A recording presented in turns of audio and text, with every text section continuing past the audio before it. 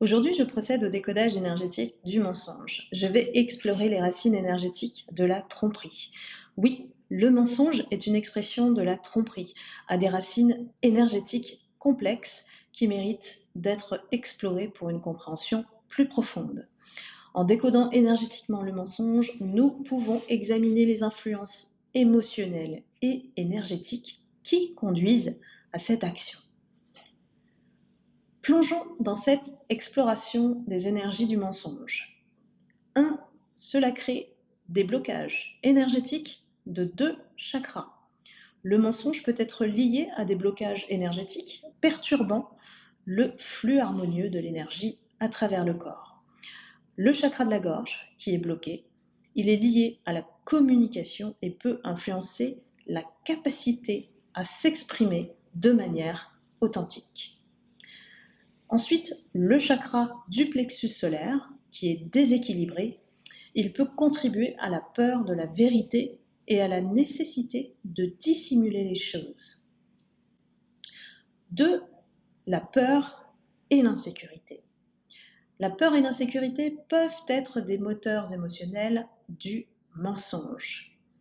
D'abord, la peur des conséquences peut inciter à mentir pour éviter des répercussions négatives. L'insécurité personnelle peut conduire à la création d'une image fictive pour être acceptée ou aimée et plus communément appelée un masque. 3. Cela crée un déséquilibre entre l'ego et l'âme. Le mensonge peut résulter d'un déséquilibre entre l'ego qui cherche souvent à se protéger et l'âme qui aspire à l'authenticité. On parle alors de dualité. Protection de l'ego. Les mensonges peuvent être utilisés comme mécanisme de protection pour préserver l'image de soi, les apparences. Conflit avec l'âme. La tromperie crée souvent un conflit interne entre l'âme qui aspire à la vérité et l'ego qui recherche la sécurité. 4. Manque de conscience et de responsabilité. Le mensonge persiste souvent en l'absence de conscience émotionnelle et de responsabilité personnelle. Le manque de conscience est l'incapacité à reconnaître les émotions et les motivations profondes et peut favoriser la tromperie. Évitement de la responsabilité. Le mensonge peut être utilisé pour éviter la responsabilité des actes. 5. Réparation énergétique et émotionnelle.